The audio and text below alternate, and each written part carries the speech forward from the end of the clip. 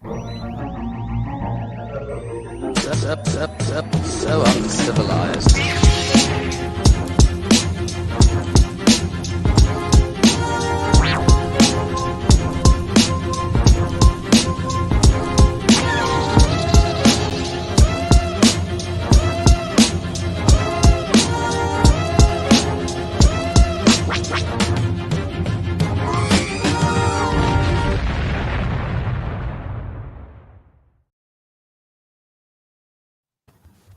Hey, good evening, everybody. Welcome to another Thursday night of Uncivilized Scoundrels. We are on episode, where are we at? 30, I think it is, or 20, or somewhere around there.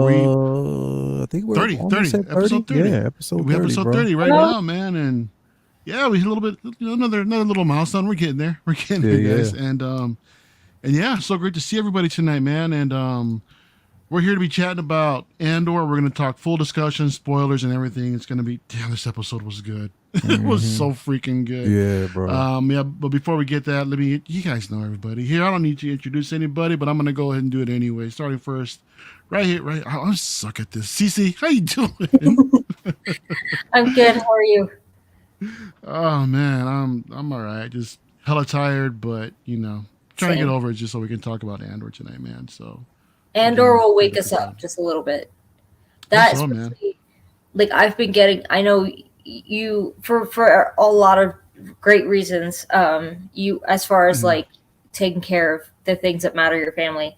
You weren't able to stay up and watch Andor like as soon as it went live, but that night was rough. Like I tried to sleep beforehand, and I had like a bunch of work stuff that I was working on like up until like the last minute.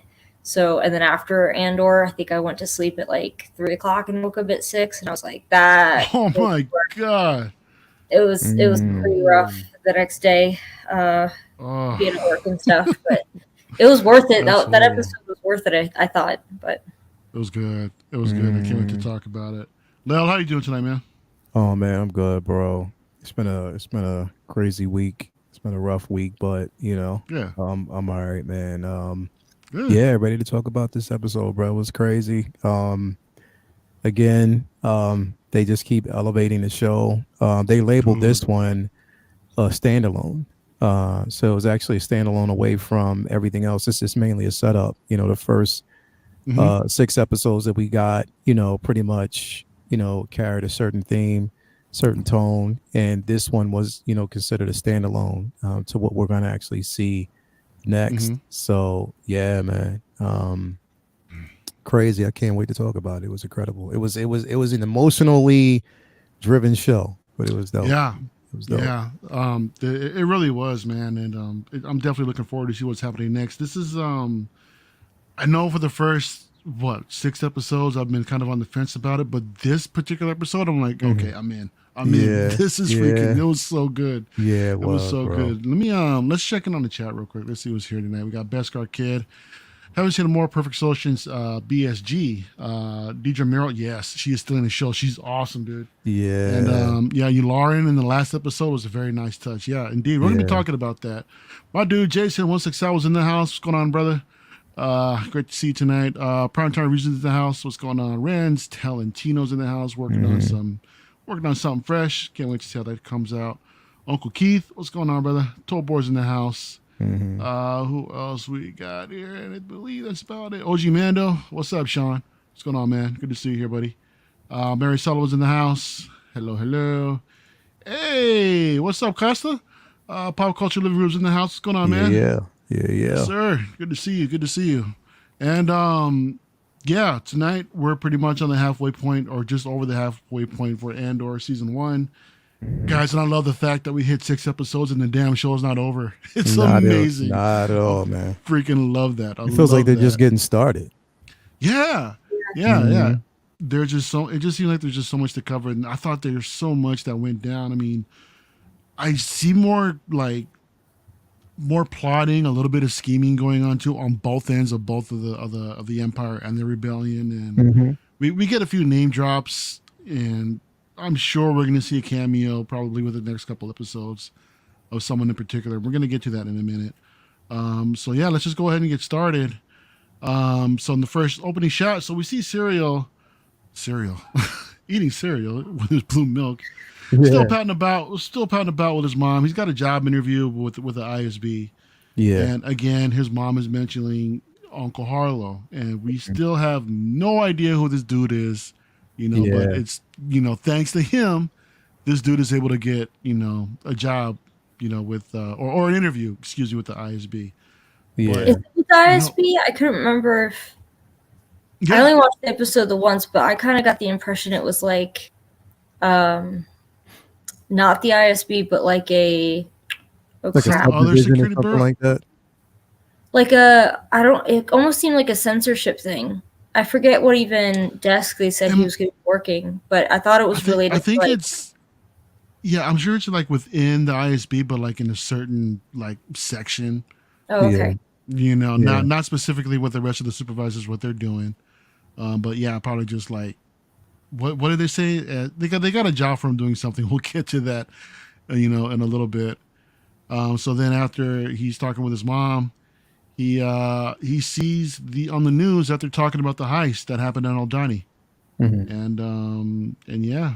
So I'm really curious what they're gonna do with this character, because right now he's just there, really not doing much, man. I mean, I think I'm hearing some rumors that he might, I don't know, probably defer to the rebellion, but I don't really see that. See, it's more like he's trying again. Number one, trying to clear his name, and he's still searching for that level of approval. Like he just wants to, you know what I mean? It's like he's trying to sew his wounds, heal his wounds from failure, and still trying to prove something. You know what I mean? Like he's good for something. Yeah. And I don't know. I mean, it's the thing is, it's with a character like this, it's crazy because there is an agenda, and that he has a bigger role to play, but it's just like you got to see things play out. So he's there. And these conversations, you got to really listen in to know exactly where they're going with him. But we know that he is fixated on, Cassian. Like he's fixated on that as if he was the person that actually it's like he'll be that person at the end of the day, say, you know what, I told you so. You know what I mean? I told everybody this is the way it was, and y'all just didn't listen. You know what I mean? So what do you think, CC? What do you think this dude's up to? I think they're definitely like grooming him to end up being like one of, if not the big bad. I don't think he's going to go to the rebellion. That makes no sense to me. I think that he's going to end up with the Empire, and hopefully like a force to be reckoned with Andor. And it's funny because like I've been hearing, and I think that this is one of the reasons why I can't. Well, so I've heard this from people who are Star Wars fans, and I've heard this from people who I know who are kind of like more novice Star Wars fans, where they're like, hey, loved Rogue One, I'm sticking with it because I loved Rogue One, but it seems boring. The show seems slow and like all this other stuff. But I think like in defending the show, not that I feel like most people watching like us right now talk about the show need to hear it being defended. I think if you're here, you like the show. But that, we are getting 12 episodes. We haven't had that before. They could have their time. They could take their time to develop these characters. So I think, obviously, it's very important that we learn more about Andor and growing his character and how he grew up in Kenari and was raised by people who was not his family, and how he's trying to find his sister, and how he wants nothing to do with the rebellion, but for like reasons beyond him, he keeps getting pulled in that direction, and he has people he cares about who are kind of inspiring him as well towards that that path. I think we also are seeing that with this dude whose name I always forget. Cereal? The guy who's eating cereal. What's Cereal? That's Cereal. Okay.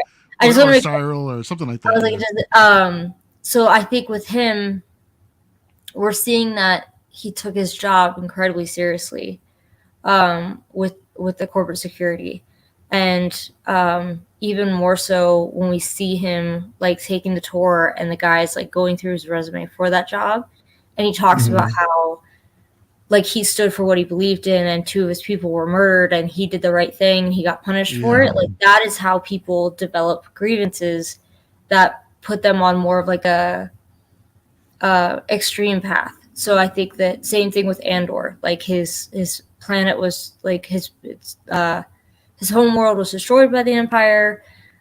His father figure, we found out in this episode, was killed by the Empire. His surrogate mother is fucking fed up with the Empire.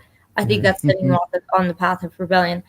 I think with Cyril, this guy, he it's setting him on a path of like righteousness where he feels like he's in the right, and he's watching this on the news about this heist, and he's like, okay, it's going too far. The world's too messed up. Like, I have to do my part. And I think that's going to lead him to a bigger role in ISB and on a war path with Andor.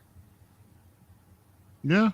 I'm like I said before, I'm glad to see that we'll have some extra time to watch this play out and see what his intentions truly are, what he's really up to. We got an idea right now, like you mentioned, or you dropped like a bunch of facts right now, and we'll just see how the show goes, man. Yeah. For sure. But AJ Agrus is in the house. What's going on, AJ? Mark P. What's going on, man? What does Tobar say? I have closed captions on. I don't need to see every word so I can know what's going on. I do that too, man. I actually do that for like a lot of stuff because we find out. I guess some of the it's clear like who is who because sometimes they'll say who the person actually is. Like, because when you're watching something like, what's that damn dude's name again, and they'll say it in the subtitle. So but yeah, I do the same thing all the time, man. But yeah, moving next, we get to a meeting, an Imperial meeting about what happened on the previous episode with the heist and all. And yeah, we see Admiral Yularen here, man, who actually shows up here. I was geeking out. For those, I had an idea. I had a suspicion. I'm like, is that who I think it is? I didn't know his name at the time. So then after the episode, I went to go look up into it. I'm like, yeah, that's him. But only remembered him from A New Hope. Little did I know that this is the same dude. Yeah. That's basically the narrator and the Admiral in the Clone Wars. Also in Rebels, working alongside with Thrawn. Yeah. Yep. And I'm like, okay, wait a minute. So after that, I can't help but think that, because we're expecting to see Thrawn later on in Ahsoka, right? So yeah, Thrawn's gonna show up here, dude. I think this would be like the perfect opportunity for them to actually introduce the world of Thrawn. I would love him to show up here because the thing is, we know that Thrawn is calculated, but Thrawn is intelligent, and the dialogue in this show fits him. Like, it really fits him. To see him. Now the only thing is, it's like there's an upside and a downside to that. It's a simple fact that we'll get that calculated structure, we'll get that character development, and we'll cling to that. If we see anything less in Ahsoka, it's just going to be like, damn, like I want that version of him, because this is like, okay, in this show, he can be as calculated, like really calm, but menacing at the same time. And I would love to see that. But again, it's like, seeing him, a structured version of him with an agenda, with intentions, but we just don't know what it is at this point. I would love to see it. Mark P is asking if this will be a 2-season show. At least. I think they confirmed that, didn't they? Yeah, they did. Yeah, so it's supposed to be like 5 years over the course of 2 seasons leading up to the events of Rogue One. So yeah, we'll definitely get another season. But yeah, this is exciting to see him. And he's holding a meeting to discuss, plans moving forward to actually tightening the Emperor's grip, which was okay. I see exactly what they're doing. But he's also saying that, the ISB, will basically, lead the entire thing, implementing new orders, and that the Emperor, well, he mentions Palpatine. He says that he actually spoke to Palpatine, right, to the Emperor. And I'm like, holy shit, there's a name drop. There's a big name drop there. Yeah. But he also mentions that the Emperor will hold an emergency meeting, with the Senate to propose legislation of bills and amendments. So, yeah, Palpatine's pissed. He's going to go ahead and, make life bad for everybody, man, as we see, at the end of the episode. So, yeah, Cece, we're probably going to see Palpatine probably hold this meeting. I don't know, maybe within the next couple episodes. Hell, maybe even the next one. Well, I'm curious if they have a lot. Well, I don't know if I'd like to see Palpatine in this. I think it might be too fan servicey. I wonder if like too on the nose when it comes to important character cameos. I think I'd prefer hearing Mon Mothma talk about the meeting, perhaps. Yeah. Okay.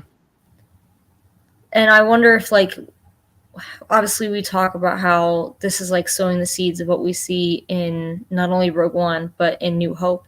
Obviously we know that right before New Hope they announced at the scene where we see Valeron for the first time, technically, that he's dissolved the Senate. So that's a few years off, but I wonder if we're going to get maybe a summation, like a brief summary of what the meeting entailed.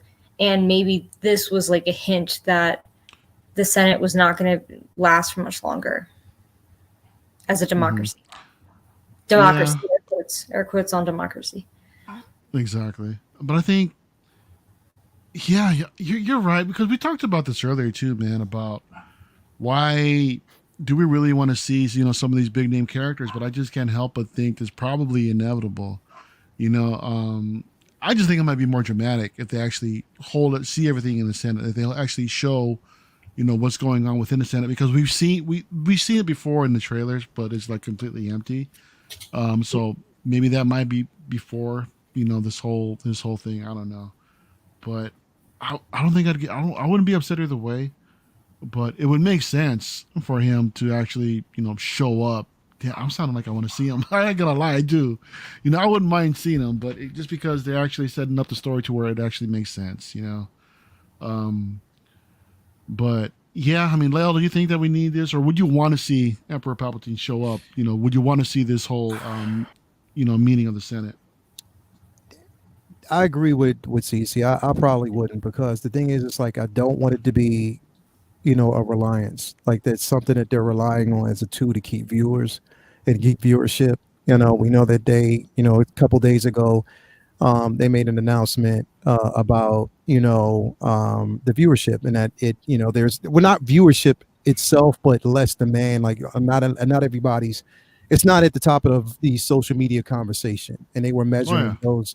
Which I expected, because again, like I said, I mean, it is, in a sense, Star Wars for grownups. That's what it is. It is. But I don't think I want to be quite honest. It's one of those situations that I want them to pretty much stick with the core group that they actually have right now, like just the individuals that were. I mean, it's right now it's Cassian and Mon Mothma's story. You know what I mean? Because you have two totally different things going on at the same time. So I would definitely want to see that first. You know what I mean? And see how it plays out. They can hint to, we can see like a lot of,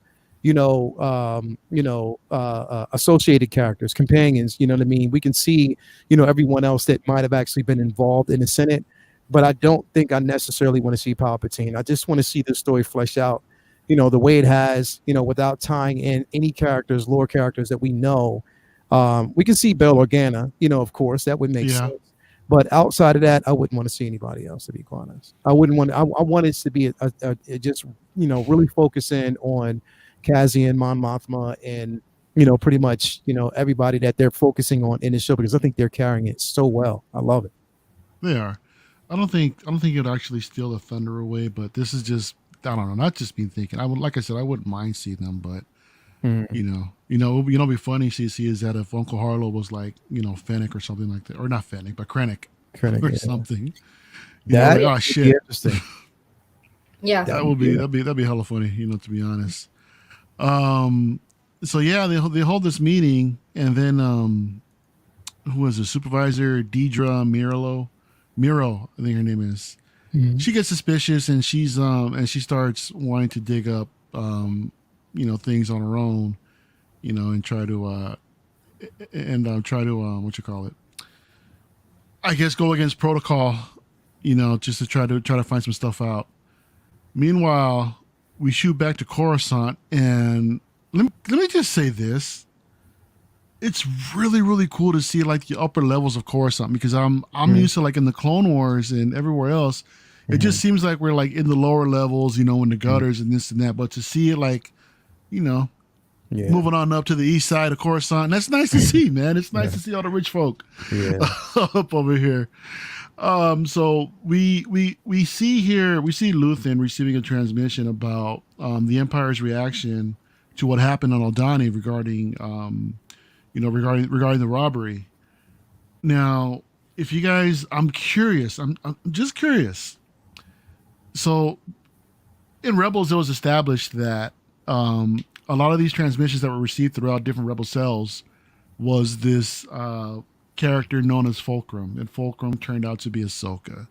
I'm wondering if this might be like a little bit of a tad, because again, we just saw an opportunity to introduce Thrawn. Perhaps we can.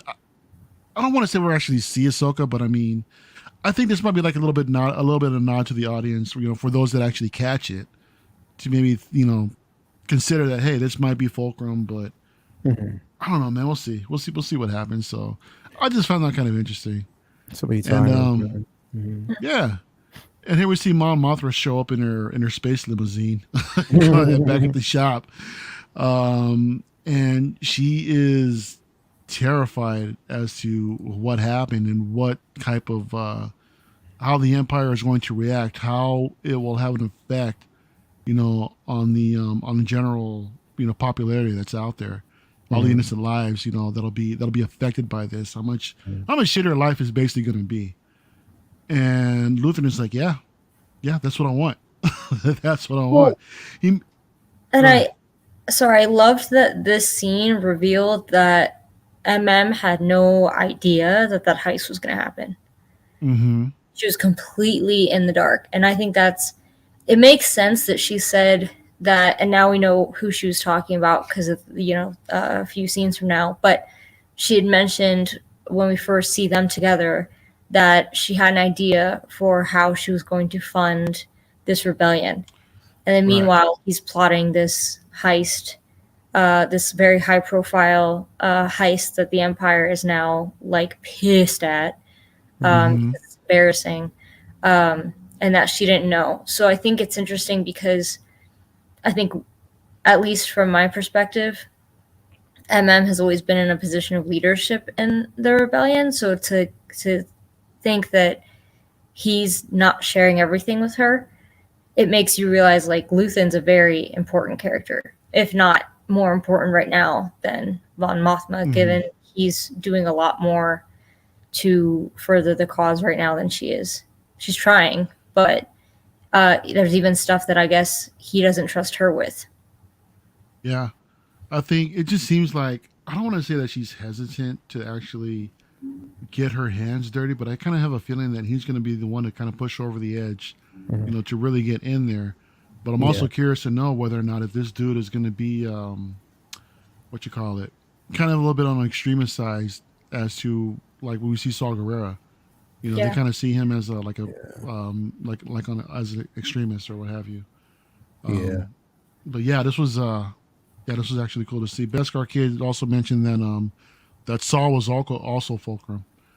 So I don't remember, bro. That was like Fulcrum, a code name, like a name for like pretty much so people would know that part of the rebellion and who was actually involved. So there were many like factions, like Fulcrum. It was like Fulcrum was like a faction, and who was involved in Fulcrum.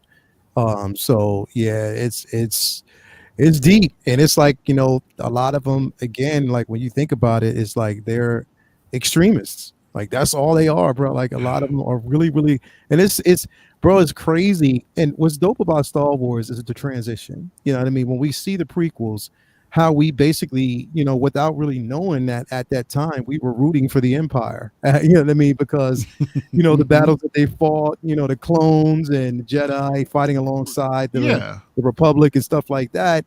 And then you see how things change, that, now we're in a sense almost erring on the side of the separatists, and, those who, have now formulated the rebellion. It's like they are literally extremists because of the things that they've done. They've, destroyed occupations, taken jobs away from people. And it's like Luthen said, when you know she was like, you know, you don't understand, you know, people will get hurt. He was like, that's the point. You know what I mean? Like he's willing to go that, you know, above and beyond, you know, for, you know, what's needed and what's required. You know what I mean? He knows that there's going to be casualties, you know what I mean, for the greater good. And it's like, damn, like we're following this journey, seeing both sides, and we're left to decide which side we want to be on. It's a lot of sides, but But that's what you got to do, I guess, to really, I guess, get the society, get people like that frustrated with the Empire to actually stand up against it, you know, and just rage against the machine and what have you, right? But yeah, because we see, who was it? He didn't actually mention that. What he said, like, the Empire has been choking us for so long, and we're forgetting about it, or something like that. Yeah. So, yeah, we actually need to. It's about time that we stand up and take action against it. Yeah. You know, so this is again, this is just the writing and the dialogue in this thing is just it's so good. And you know what's dope about this too is that we're finally now, like, because we always wondered for years, it's like, how's the rebellion surviving? Where are they getting this money from? Like, how is it that like they have access to like military grade weaponry? They have access to ships. Like they have access to all this stuff, and we don't know how, and now we do. You know what I mean? Now we're starting to understand where that's formulated, where they're getting their money from, heists that are taking place, money that's being, because you might as well say it's money laundering in space. Yeah. You know what I mean? Because that's basically what it is, and we're seeing all this stuff play out. It's crazy, bro. It's insane. Yeah. I can't help going back in the shop. Did you guys happen to see anything new in here that stood out? I know one of the big things was Plo Koon's mask. Plo Koon's mask. We saw basically one of the Jedi Temple Guard. The Temple Guard's mask. Temple Guard's mask. There's a Gungan shield that was also back there. Yeah. So there was a couple of things that we saw. And then I'm not familiar because anything video games I'm not familiar, but like right in the back corner was a full armor from, was it Fallen Order? I think there's more like references to Fallen Order. It was freaking hell, why can't I remember? It's Star Killer. Oh yes. Force Unleashed. And then in the shot you had up before, I actually realized that there was like it looks like a necklace behind Luthen, and it looks just like the like Padme headdress that they sell at Galaxy's Edge, but like flipped upside down. Like the design, I think, is like identical. Yeah, I was just staring at that while listening to you guys talk, and I was like, oh, I think that it looks very. I don't think it's supposed to be Padme's headdress, but it's because it's clearly a necklace. But I think it's very, very inspired by the same design. Yeah. Yeah, it's fun to look out for all these little Easter eggs that they plant, you know, in the back of everything. I love it. I'm in for it. But yeah, here we are. Here's a little shot at Plo Koon's mask. So that was pretty cool. Yeah, that was. It's like, but here's the thing: is it's like when I see these things and I'm like, yo, how the hell are they getting this shit? Like, because where's all this shit coming from? Yeah, like where's it coming from? Because if we seen Plo Koon blow up in a ship, you know what I mean? Like, how that mask, is it like, you know, animanium? Is it like, is it basically like, like, you know what I mean? Like, what the hell is it? Vibranium or something? Like, he was on Coruscant, right? So I mean, chances are that little pieces of him could have, like, I don't know, shown up in people's living rooms, crashing through windows or something. Yeah. Who knows? I think I mentioned this when there's one person I know who was upset that we saw Mando's armor early on, because they said, like, that's Mando's armor. Like, there's no other Mandalorian that's got that armor that looks just like Mando's armor. It seems lazy. It doesn't make sense canonically. Like, which I just took it as a Mandalorian armor, not Din Djarin's armor. Yeah. So I wonder if, like, this, instead of being Plo Koon's mask, if it's just one that comes from his culture. Like, if we saw a General Grievous mask, could be. Like, is that Grievous's mask, or is that just like a mask that belongs to his kind? Because we haven't seen any other Grievous.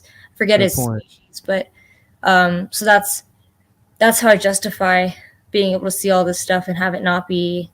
Same with like the Jedi Temple Guard mask. I think I watched a like Easter eggs video that mentioned like that should be illegal to have because it's Jedi like regalia. It's a Jedi relic, so it's probably a copy and not authentic. Sure. Yeah.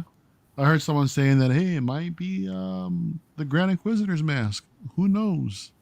I think that's a bit reaching, but who knows? There's always a possibility with this shit, dude. But I don't know. I get a kick out of seeing all this stuff all the time, man. It's fun.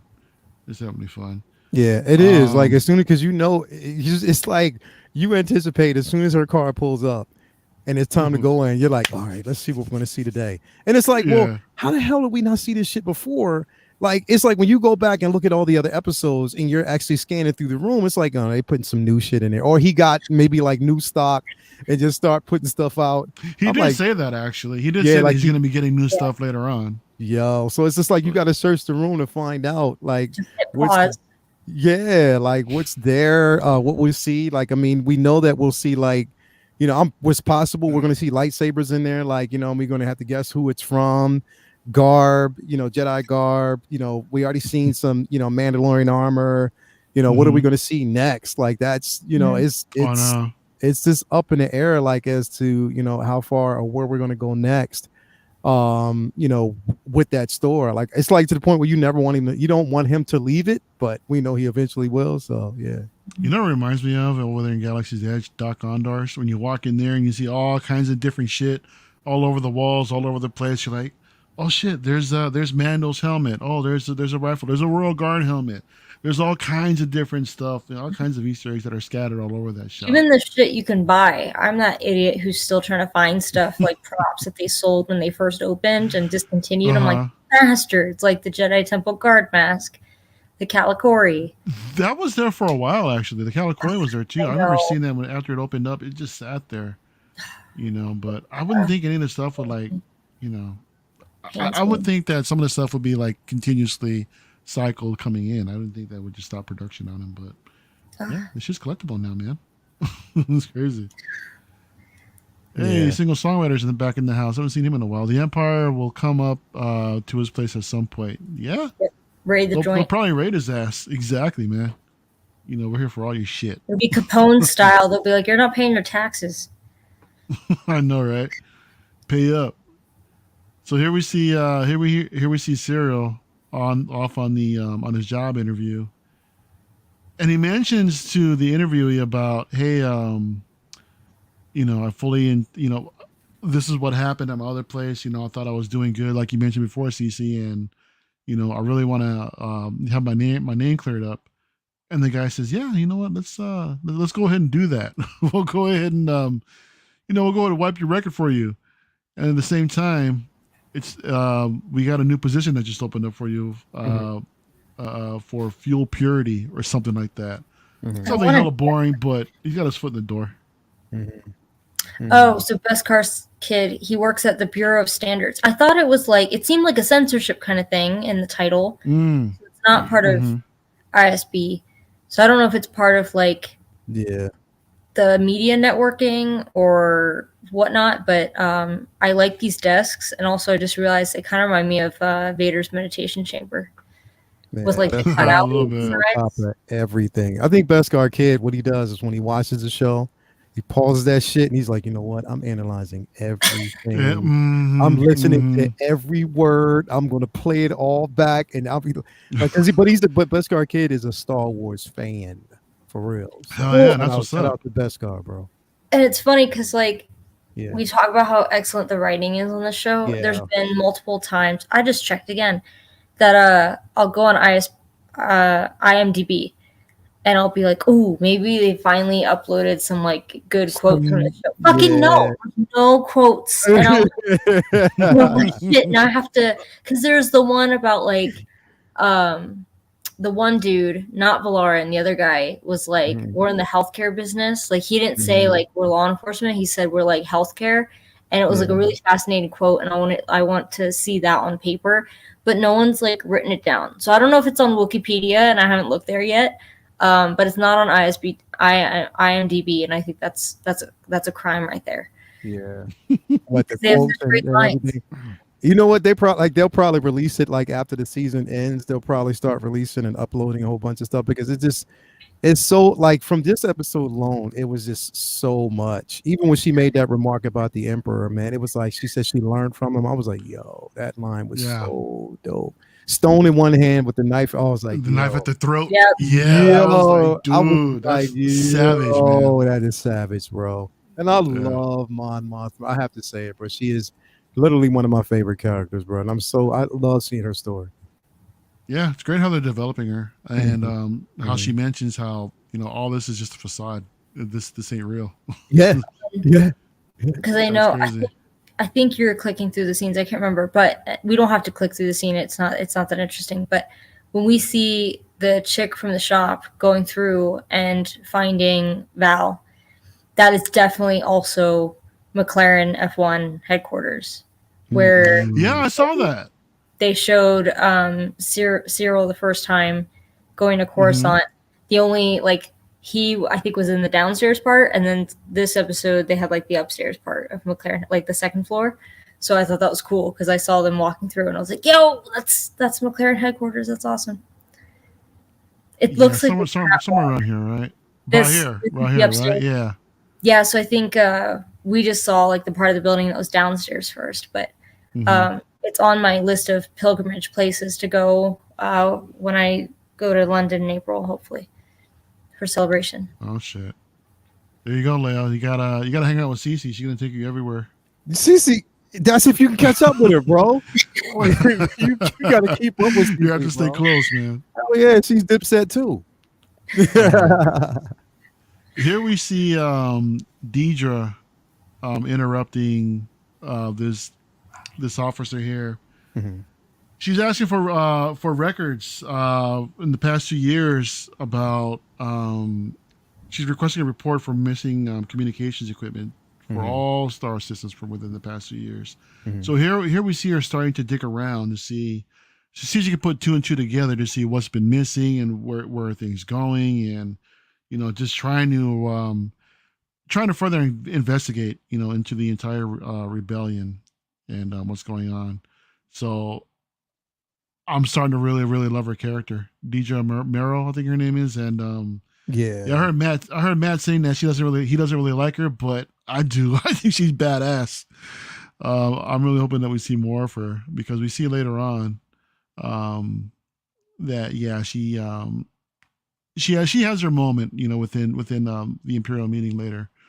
But yeah, CC, you know what's dope? Like the juxtaposition of there's 2 separate scenes that have a meeting. Like when we see Cyril in home with his mom, and they're having a conversation, and she's talking about his garb and how that collar is up. You know what I mean? And how he modified his actual collar. Yeah. Then when we fade to her, she's adjusting her uniform, but then she's also adjusting her collar as if it's that. And then we hear in this entire episode is talking about choke. Like we hear choke a couple of times. Like if you listen to those things, it's like they're making references for a certain reason. For some reason, they keep saying that, Cyril is tailoring his outfit for a reason. Like he tailors he's always modifying his outfits or his uniforms. His collar was higher. Like there's things that are going on that you have to pay attention to that are going to actually reveal itself in the end. It's just like, damn, I got to keep going back and looking at this shit to try to find, because I don't want to be surprised, but then I want to be surprised. It's fucked up. Yeah, there are hints that we're going to see Vader choking everybody, right? So that's tighten up their collars. Here we see Luthen's assistant catching up with Val, or Vel, whatever, como se llama. She was part of the heist when they recruited Clem, for the robbery. And he's saying that, hey, Andor's a loose end. You know him as Clem, and do what you got to do to get rid of him. Yeah. Because if this dude is captured, we don't want him saying anything about Luthen at all. So we'll see. Yeah, we'll see if she follows through, man. I'm curious to see what happens. And that's the thing. So, do you think that this actually came from? So is Luthen? So this is what somebody referenced this before, and I was like, well, maybe like is Luthen, hiring Andor thought that he was going to be a casualty anyway, that he was going to die anyway, so there would be no reason. Like he didn't expect Cassian to get away the way he did. Like, do you think that he was meant to be a casualty in the first place? Like it was a setup. Like he was just someone that he threw in there like as if he was a pawn. Do you think that was a possibility? I think so. I mean, given his reaction when he finds out that the heist was a success, and but I don't think he really knew who actually pulled through. He was probably just pulling through everybody else, except for him. So maybe he was trying to set him up. Who knows? Well, but I think it's almost like I feel like he's just ruthless enough to be like, okay, let's send these highly skilled people who I think will actually get this accomplished to do this job, this almost suicide mission. And if they survive, then they'll like, they could probably be of use. But because Andor just took his money and dipped, it makes him more of a liability. I think if he had stuck around, who knows? Like maybe he wouldn't have been like a target of Luthen's. Like if he stuck around and was like, okay, that went well. Like what next? What's my next job? I need more money, or I want more money, or this could be my career now. But I think because he dipped, he's too unpredictable, maybe, or too much of a liability. Because they didn't kill Val. Sentra's still on the planet, as we saw with that Star Destroyer that showed up. So I think just because he dipped, they're like, oh shit, we can't have him continue to exist with Luthen's name, with how much he knows of Luthen out there. He's a liability, basically. Yeah. Orla's workshop says that. Yeah, Euler says that he thinks that Cyril will actually join the rebellion. That he's not getting any recognition from what he wants from Mon Mothma, and the Empire. So he might find a purpose there. That could happen. I mean, it could be a setup for that. He might be a key. He might be someone that we've actually seen with the rebellion before. In the New Hope, in Empire and Jedi. We might have actually seen this character before and just never really realized it. So that could be something. We never know. But I mean, it's a possibility, but right now I just don't see that direction, because it's just like he's driven by a certain level of ambition to really clear his name, and also he wants the biggest case. He wants to win his biggest case, and that's what it basically feels like. I think to me he seems too much like a boot. Like he's trying so hard to like be more important than he is.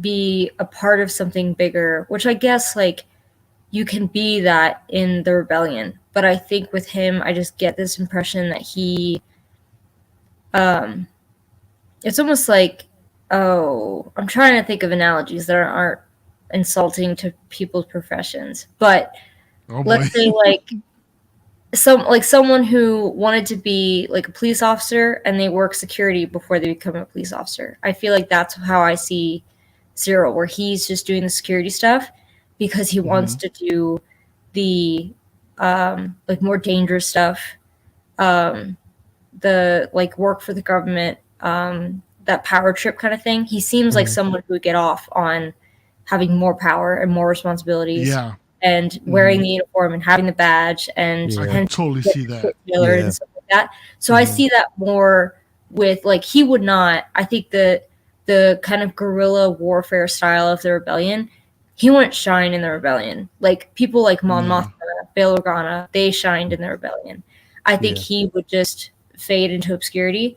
That wouldn't be what he wants. And I think too, like in that righteousness, he feels like if he joins the Empire, he's going to have the entirety of the Empire on his side, law on his side. So I think that's what I see his path being.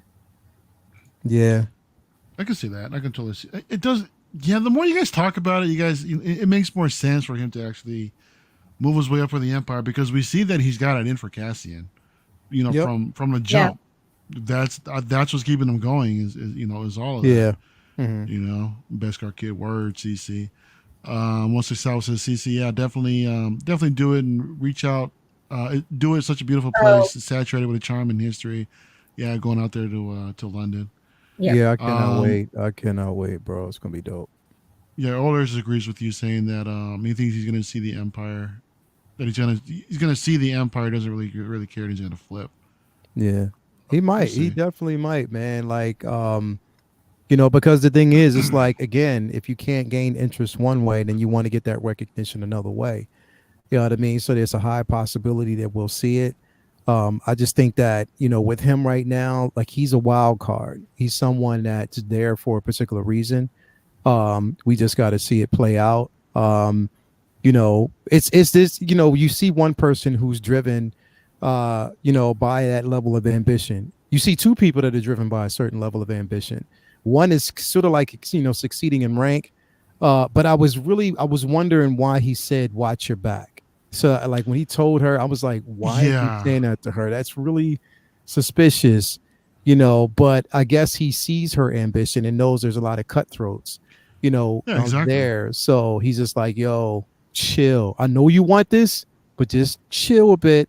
Now that I'm giving you this, just kind of lean back a little bit. Don't draw too much attention to yourself that somebody might try to take your spot in the worst way. You know what I mean? So Are you yeah. talking about Luthen talking to Mon Mothma, No, no, no, or no, no, no, no. No, that was the I'm other dude what's her talking to name Deidre. again? Deidre, when he was talking Deidre to her. Morin. Yeah. When she left the room and he was like, I was uh jumping ahead. oh, sorry. I was just bringing that up because Yeah. I'm bringing it up Yeah. because of the simple fact that there's, you see two individuals with a certain level of ambition.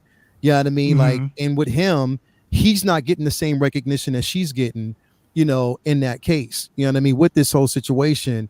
And again, like, that might be more cause for him to flip and be like, you know what? Nah, you know what? Fuck y'all. I'm out. I'm doing something totally different. So, you never know. well, that I love that, by the way. That whole scene where the other dude got a total fucking dressing down, where he's bringing up the fact that she accessed records without authorization, and she reveals why Mm-hmm. she did it, and it's fucking brilliant, and she gets Yeah. acknowledged Mm-hmm. for it, Yeah.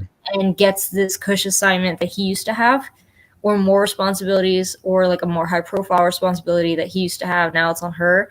And I liked the, like, oh, do you have a moment? Because you're like, oh, what is he gonna say? And then it's just like, watch your back. Watch your I back. think Yeah. that makes so much sense coming from like the Empire's perspective or ISB, because it's almost like Game of Thrones, where it's Mm-hmm. like no good deed goes unpunished. Like, if you do something great, or like with such a cutthroat environment, agency, or what have you, the military, it's like, if you do something that is so great and gets attention and praise by the higher ups, which I'm sure there's like a lot of jealousy issues and favoritism issues or what have you, like, you're gonna eat shit for it. Like, you have a brilliant idea and you get a lot of recognition for it, you're gonna eat shit for it. People are Everyone's gonna gonna think be that gunning for you. yeah, like, how many people did she people are probably thinking, well, how many people did she have to step on in order to come up with Mm-hmm. an idea like that?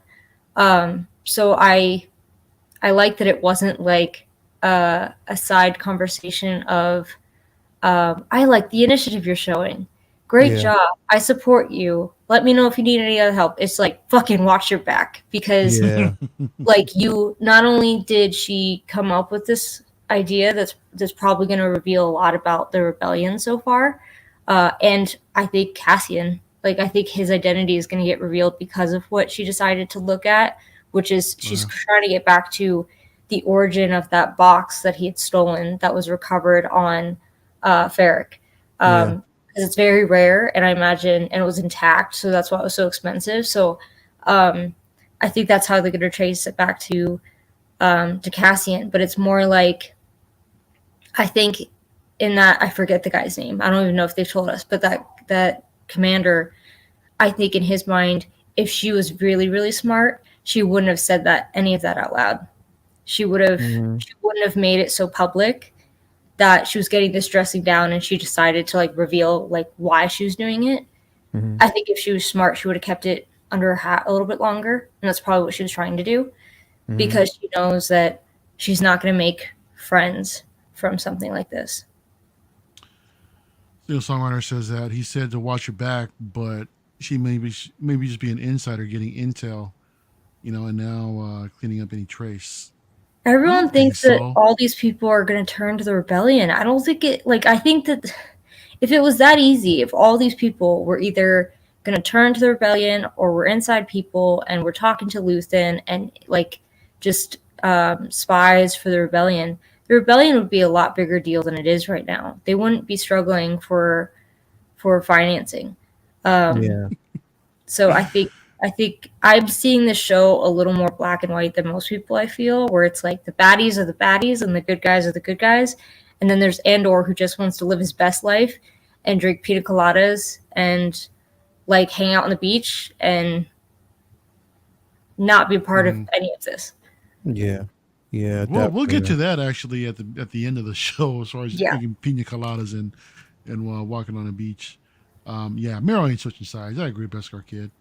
I definitely agree. Hey, Toya's in the house. Just stopping by to say happy Friday Eve, everybody. Happy Friday to you, Toya. Hope you're having a good night out there.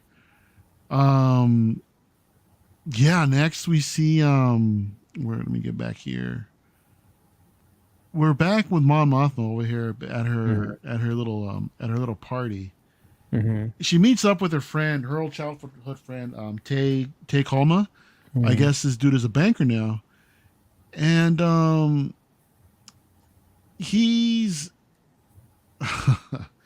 she starts talking to him about a few things, and she begins to confide in him, and she wants to ask him for a favor.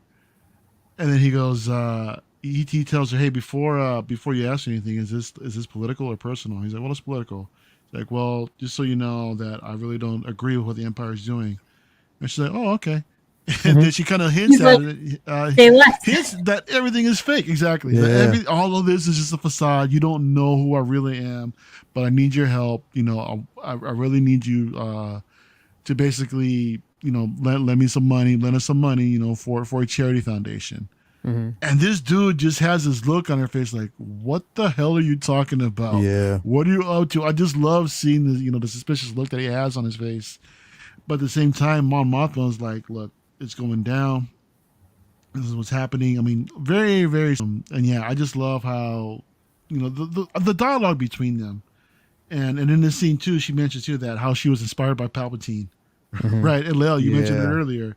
So I'll show you the stone in my hand while I have a knife to your throat. You don't see it coming. It's just, it's just that whole put on a facade. Things aren't, what they really seem.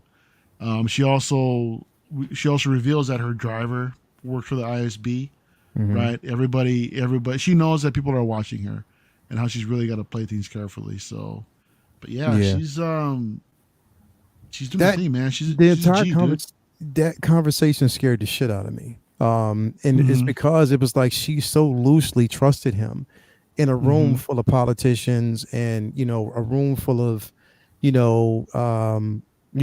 emperor, like the Palpatine enthusiasts. And it's like, you know what I mean, like you can't trust anybody, but she so loosely has that conversation with him. And it's like, how do you know, even though you've known him as a childhood friend, that you could solely trust him? You know what I mean? Just a few words of him saying he doesn't agree with the Empire, that could be a plan as well. You just never know. But I mean, I know that's not how they're going to spin it, but I like her level of fear and the way she plays it so well is what kind of gets me on board. And I'm like, I'm seeing through her eyes, I'm seeing through her vantage point, like, damn, that shit was scared the hell out of me, because you definitely don't know who to trust. You don't know who's, working aside who. You don't know who your husband might be planting. He's suspicious of you. You know what I mean? And it's like, I'm saying the whole time that we got to move him the fuck out the way because he's getting on my nerves. You know what I mean? He needs to go, but like he needs to go. But I know that's going to be progressive. It's progressive to her story. Even with her daughter, it's like you're watching, your daughter's not really, she's more so siding with the father than she is with the mother, because she's a politician and she's not really as visible in her life as she should be. It's crazy. It's really crazy. So, I mean, it's going to be interesting to see how this plays out, how his role in this is going to be. But then again, we do see, like we talked about earlier, the laundering of resources, like the resources they're gathering on the resources for the rebellion because they know they need them. Like it's going to be needed down the road. Like, just like where else are you going to get it from? Yeah. I mean, we need something to kind of build this foundation. So it's going to be interesting to see, bro. Yeah, it definitely is. Um, yeah, Cece, this was just such an interesting scene. I mean, just to see how she pretty much, like Lil just alluded to, she tells him that, hey, you're only one of three people, that know what I'm about to tell you. So for her to really confide in him like that is really scary in these times, right now. Mhm. But I don't think I just hope that he doesn't, what you call it. I guess in a sense turn on her or something like Trigger. that. If he's Yeah. really, yeah. Yeah. Yeah. I think that she's not an idiot, and I don't think that you reveal something like that until you actually know a person very well or their politics. Yeah. I will say Yeah. Mm-hmm. maybe we can all kind of relate to that, where I feel like the last few years politics have been very polarizing. Mhm. So it's Mm-hmm. almost like you wait until you know someone long enough before you say something that even sounds like your own political Mhm. opinion, because you don't want to say something dumb in mixed company where people Mhm. like snap at you or think you differently just because your beliefs are different than theirs. I think that she knows that she has kind of an ally in him, um, because he even said like my views on the empire are quite polarizing, and she's probably Yeah. thinking in her head like, and that's exactly why I need to talk to you about this, that, Mm-hmm. and I Mhm. think because he's a family friend, all Yeah. he needs to know is that she doesn't trust her husband and she needs access to her family's money, which rightfully she should probably have access to anyway. um, so for that reason alone, I think that he's probably going to end up helping her. But I love the scene. I also, and I might be reading too much into this or making something up, but um, I think that when I was it last episode? So originally, when she was talking about her husband having these people over, obviously I recall that there are people who she did not like because she's constantly competing with them on different Mhm. issues in the Senate. So none of these people are allies to her. They're all, I think, political enemies to her. But her husband was like, fuck it, we're having them over for dinner. It was dinner. And I Mhm. kind of got the impression that it was like at that big ass dining room table they have, and there's going to be like seating arrangements. And then you see the scene, and it's like, oh, fuck, there's so many people there. So Mhm. I think that not only did the husband, who I think is an asshole, invite a bunch of people over for dinner that Yeah. his wife didn't like, but then he over invited people. And instead of Mhm. turning it into a dinner, it became like a party as opposed to just a dinner with like 10 people. Yeah. So I think that kind of like adds more salt to the wound of like, damn, like not only did I not want these people in my house and you knew this, but you invited even more people that I don't fucking like. Mhm. Um, so Mm-hmm. I mean, I don't think I made that up. I think that they did talk about like seating arrangements and it being a dinner, and Mhm. then all of a sudden you see Mhm. it, it's bigger than initially planned. I like those very, very subtle details that Yeah. show you that there's definitely a lot of discord in that house, Mhm. that we're not aware of, even though we've seen that they have a frosty disposition and that she doesn't trust her husband. I think it'd be interesting to find out if her husband's chummy with a lot of these people who are very powerful within the empire and are completely counter to what she believes in. Yeah. I agree, man. Yeah, you got a point. I mean, he is a family friend, and she's known him for so many years, so he's a trustworthy individual. The husband doesn't really, and I'm pretty sure like over the years there's a lot that she hasn't felt her own husband. It's just a lot he doesn't know about their relationship and their friendship because of that trust level. And again, like I said, it's a chess. She's gathering all her pieces. It's a game of chess. Gather like all the important individuals. Some you can trust, some you can't trust with information. So you flip it just to get the resources that you need. Like it's a game of chess, and she's playing it quite well, man. Definitely. Yeah, it's I just want more. I'm just looking forward to see more of this stuff. Earlier we see Andor going to see what is her name?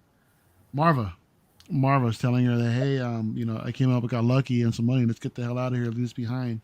Yeah. And she's like, yeah. Let's I'll go ahead and I'll think about it. Let's go ahead and get going. And then he leaves to go see Bix again, right? Hmm. And she has a little bit of look of upset, Hmm. on her face about what's happened with Tim, and now that he's back, telling her he shouldn't be there. And yeah, he just basically just drops off. I guess he was in debt to her, like about 1,200 credits or something like that, or 12,000 credits. Just pays her off. And as he's walking along, as he leaves Bix behind, he's walking down the street, and he comes across a couple stormtroopers. He takes cover, Yeah. and then it goes to a flashback scene. Yeah. This is what was interesting too, because here we see the clones. I guess this is shortly after Revenge of the Sith.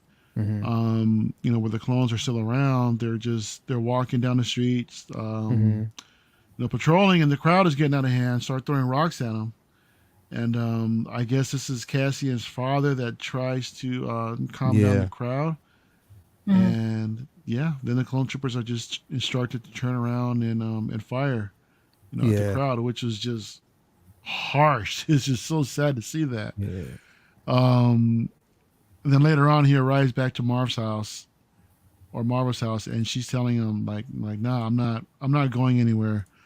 I can't leave here just because of what's going on. And he's asking her, well, what do you have to stay for? He's like, well, the rebellion now.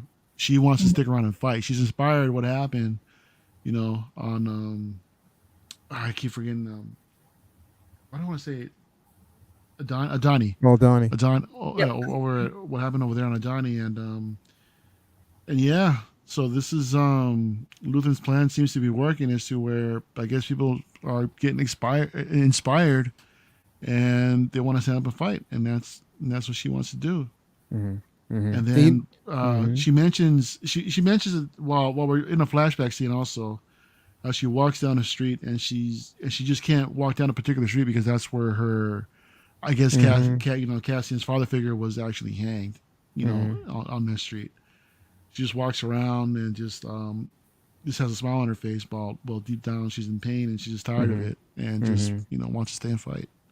This was sad. This was like a really sad, really emotional scene, in this part of the episode, man. It was crazy. Yeah. What was crazy about it is that during that scene, like during the flashback scene, if you watched, from, when we see Andor, we see him, through his eyes, what he remembers. But when you see his father talking to him, he's a younger version of himself. Like he's the kid.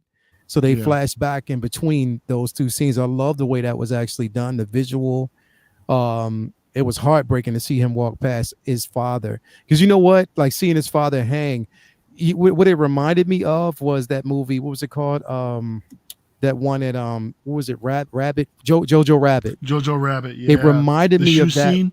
Yeah, the shoe scene, bro. It reminded me of that. That shoe scene was heartbreaking. I was like, oh my God. But this is what that scene kind of reminded me of. And to see that, and what I liked about that scene, or the flashback scene, is the clones were not CGI. It was people actually in those suits. They was all practical. And I love that, bro. I love that aspect. This flashback scene caused a bit of confusion. I forget who, but like Matt, Jason, and Dean and I were watching it. And I think because we saw Clem talking to Andor with his hand on his shoulder, and then all of a sudden from behind, it looks like we see him talking to someone with curly hair. And then we see, obviously, he intervenes with the scene where people are throwing rocks at the troopers, presumably gets shot, and then his body is displayed like a trophy in the square, like this. And then we see that young boy running towards the troopers. Yeah. Didn't he have like a weapon on him, like a bat, spear? Yeah. Some sort of weapon, Because the weapon looked so kind of primitive, I assumed that this was a young Andor. But I think there's some confusion because you first see Clem standing next to Diego Luna, whereas, and I the way I explained it was, it kind of reminded me of like Ghost of Christmas Past kind of thing, where Andor is himself at his age, and it would have been easier, I think, to see him looking at himself at a younger age, and then Clem staying next to him talking to him. So I think it was a little, I think someone in the chat was like, it was a little artsy the way they decided to do it. But I actually had looked back in episode 1 and saw that it was the same kid. But to me, like, this just adds more and more reasons why I think that Andor is just right for the taking for the rebellion. because he has so many different grievances. Yeah. First we knew it was his planet. Now we know it's his father figure was also killed by the Empire. He's seen the destruction that has happened on Varric just because that Tim dude called in a tip on him and how much destruction that caused. But yeah, I liked, obviously this is like a few seconds of a scene and it added so much backstory. In the same way, it kind of reminded me of that episode of Mandor with Bill Burr's character. I forget his name, but where he was talking about that battle he was at, and like him and that other Imperial officer going back and forth talking about like how rough that battle was, and then he just freaking in the face. Like that scene in that episode, that few seconds, was like more backstory than we've gotten in most of these Star Wars shows so far. So I think seeing how his mother is willing to be a part of the rebellion, and all Andor wants to do is like just leave and live his best life and not be a part of it. I think it's gonna spar him where he's like, okay, I could probably be of use to the rebellion and maybe make a difference. Whereas I think right now he feels that maybe he's just one person. It's a drop in the bucket compared to the kind of destruction and resources that the Empire can muster. But I love that scene because it also explained why we never saw his father figure and why he chose the name Clem, obviously. But yeah, emotional few seconds. Yeah, it was. It definitely was. You know, just and the emotion that, you know, between him and, you know, and his mom and Marva, when she was like, you know, when he was like, what did he say? He said he's going to miss her, something like that, or whatever. And she was like, it's just love. You know what I mean? That's basically what it is. You know what I mean? And like she'll worry, and she was like, yeah. When he said, I'm going to worry, whatever, and he was like, you know, she was like, it's just love. You know, him not knowing that she feels the same way. She's been there before. She already knows. She's been worried about you the entire damn time. You know what I mean? And, you know, that, you know, her sticking behind and, you know, staying behind, the droid's attachment to Andor, wanting to talk but not really having too much conversation because she's like, no, shut up, silence. You know what I mean? Like it was just a lot. But you know that, you know, Andor is just like, right now we're seeing that reckless stage of him. Like he's just reckless. You know what I mean? Like literally reckless. You know, he has there's every reason for him to be a part of the rebellion, but he's just rebellious right now. Like, you know what I mean? He just doesn't want to, you know, align himself with anyone. He's just like a lone wolf type of character who's just rather roam and just be on a run than to fight for something that's good and fight for a cause. It was crazy though, because I was watching Robert Meyer Burnett. He did a mock-up. Somebody did a mock-up of the planet that he landed on, that he ended up on that beachfront. And somebody added like the Miami Vice logo. They in the front of it. It was crazy. It was funny with the music and all that. It was funny. But yeah, like we're seeing, you know, just his, you know, that level of rebelliousness that he actually has, and you know, but I think moving on, we're going to see, you know, once we get to that part, we're going to see, I think this is where he's going to actually have the confrontation or that information that he needs to join. I think that he's going on that journey now that's going to set that up. But yeah, it's like right now when you see him, it's like he's pissing you off because it's like, yo, why don't you just stay still for a minute? Like fight for a cause instead of fucking running away, man. Like there's reason for you to be there. There's a lot of reasons, but then again, it's like thinking about Luthen. Luthen wanted to kill him, like, or you know, or did he really want to kill him? We don't know. You know what I mean? But we'll just see how it goes, though. It's a cliche, but it made me think like he's a rebel without a cause. Like he's an outlaw. He's a scoundrel. He's not afraid to break the law and kill people if it saves him or something he cares about. It's like, okay, you need to apply that somewhere, like the rebellion. Like you need to do something good with that, like chaotic energy. And so and I think too, like I forgot seeing him run towards those troopers as a kid, like, you know, he got jammed up for that. That's probably how he ended up in the Empire, working in those kitchens. That is it was like it was involuntary servitude in lieu of prison time, perhaps because he was a kid at the time. So yeah, I think it's just building, like I said, more and more reasons why he just needs to suck it up and realize he needs to be a part of the rebellion. And I do wonder if him having, oh fuck, I keep forgetting these people's names. The kid who was crushed by the credits, who wasn't able to be saved, he has his manifesto still. I'm sure he didn't get rid of it. He probably would have felt inclined to keep it. So I wonder if he's gonna like read that, and if there's gonna be some words of wisdom in there that tell him like maybe he's, I don't want to, well, we all saw the episode, but basically like I wonder if Andor is doing hard time his 6 years in Imperial prison and is reading his manifesto, and then he finally figures like, fuck this, like this is depressing, like this is not how I'm gonna go out, I need to fight back. And I think too, like I think that the scene at him, like obviously he's at that beach, like he's just living it up, living his best life, and then he gets 6 years for walking to the grocery store. Yeah, like that's enough to piss off anyone. Do you know who the trooper was? Do you know the voice of the trooper was? No. That was what's his name? Maul. What's his name? Ray Park. Ray Park? No, not Ray Park. Sam Witwer. Sam Witwer, yeah. That was no kidding. It's his birthday today. That's actually. a trip. I saw that. That's awesome. Yeah, that was him. That's pretty cool. That's pretty cool. Let's go ahead and just wrap, real quick. We are back at the ISB. Here we see what you call it? What's that guy's name again? Where am I at? Supervisor Blevin, I think his name is. So they're having a meeting. He rats out, on Deidre, and she comes back and just, spits in his face about what she's really up to.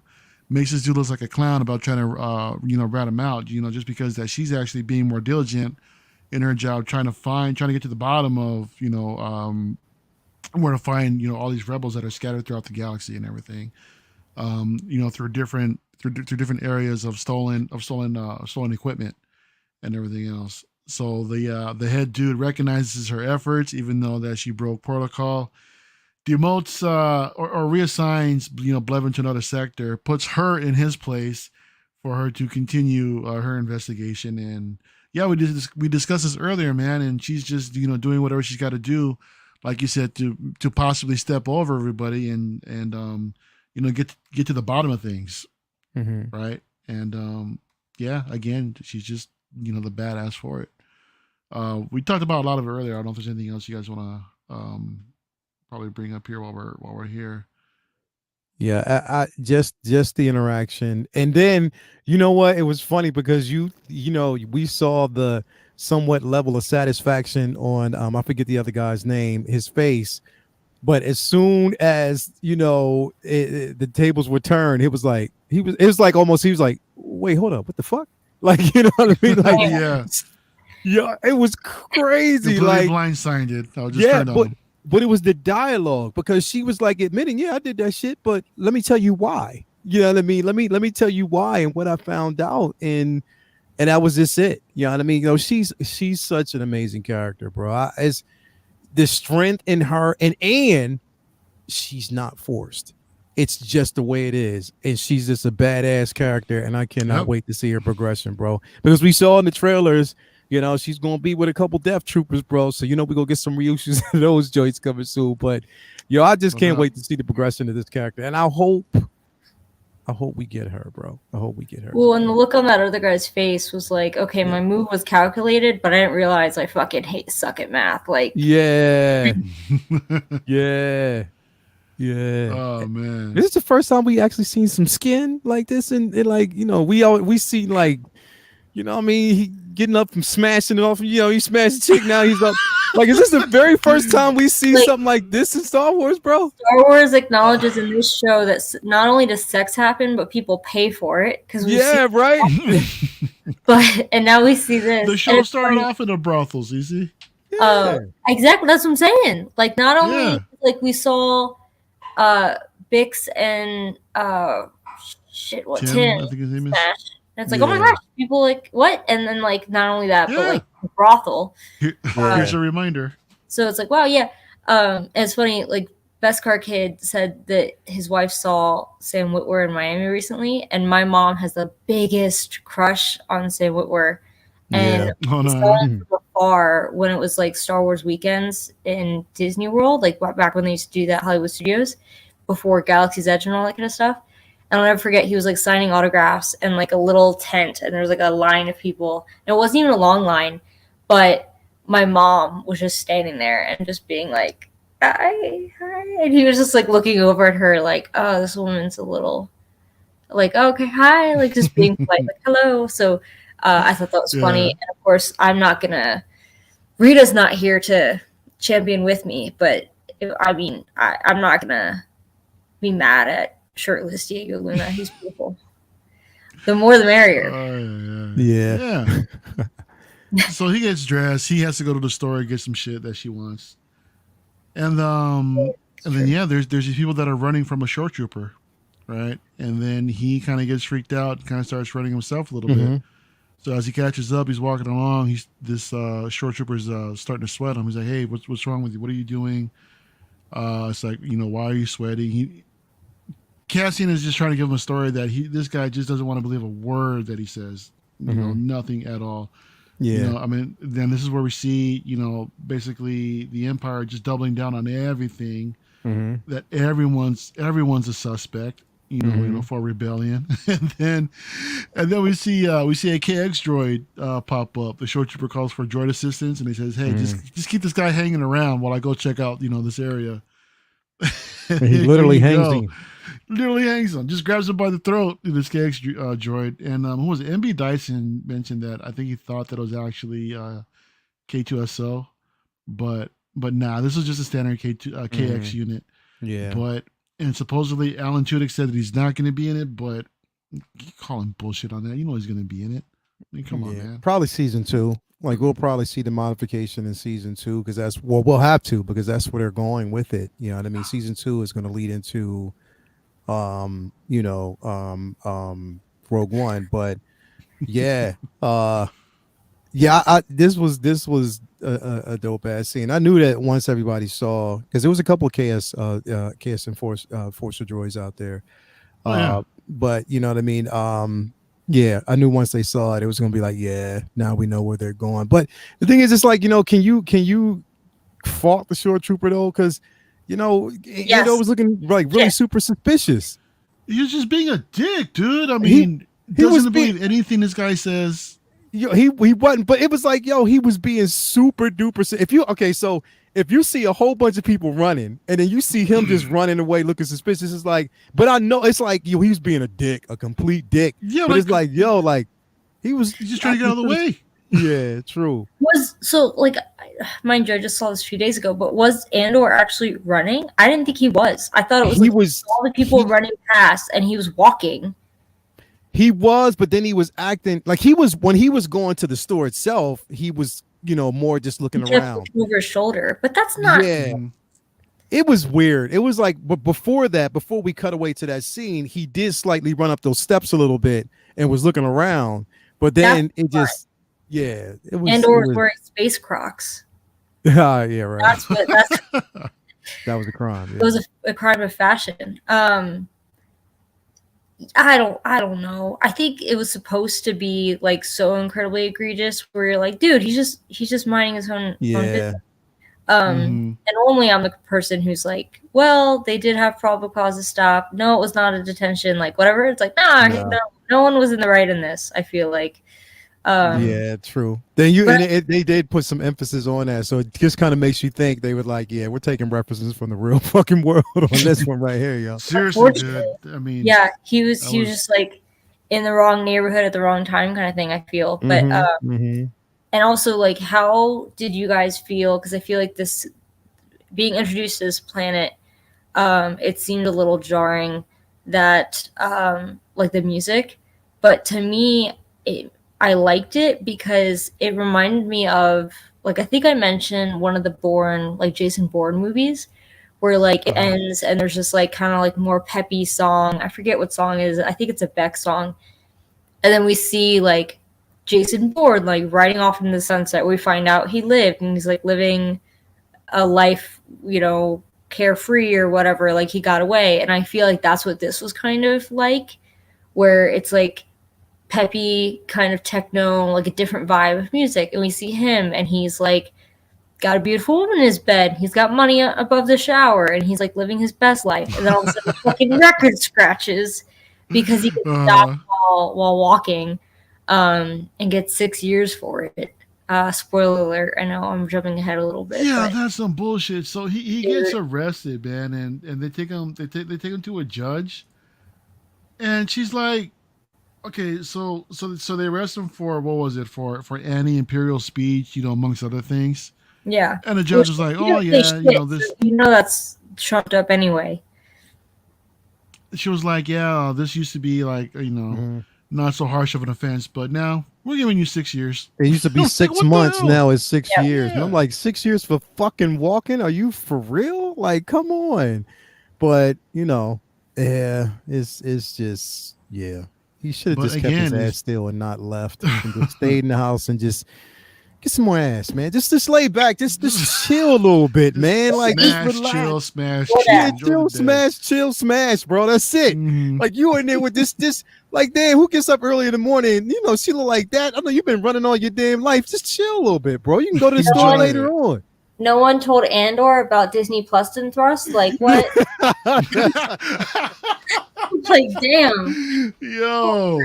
Order. Oh man, CC. Really? Yo. She had that in her back pocket, just ready to go, man. How long have you been holding on to that? She had it in the top for real. I remember who told me that. I thought it was brilliant. Yo, like, I'm telling you, every time like Dean or Zach, dude. Yo, I watched this show and I'm like, this is literally a world that CC can exist in for real on some real shit. Like, it would be rough. Like, oh, what the fuck is she gonna do now? Mm-hmm. Oh, but man. yeah, it took 7 episodes to basically we start seeing stormtroopers again. Yeah, I like that. That was cool. It was cool. Yeah, I mean, and I like how they marry the world, bro. Like both worlds. Like we see him at a young age, running into the clones. So we know that he had an encounter with clones at that point when they were still commissioned, when they could still shoot. Now we actually see the Bible first, and it's like that transition between. I like how that works. That was cool. What's up, SB? Do it, Lel. SB. There you go.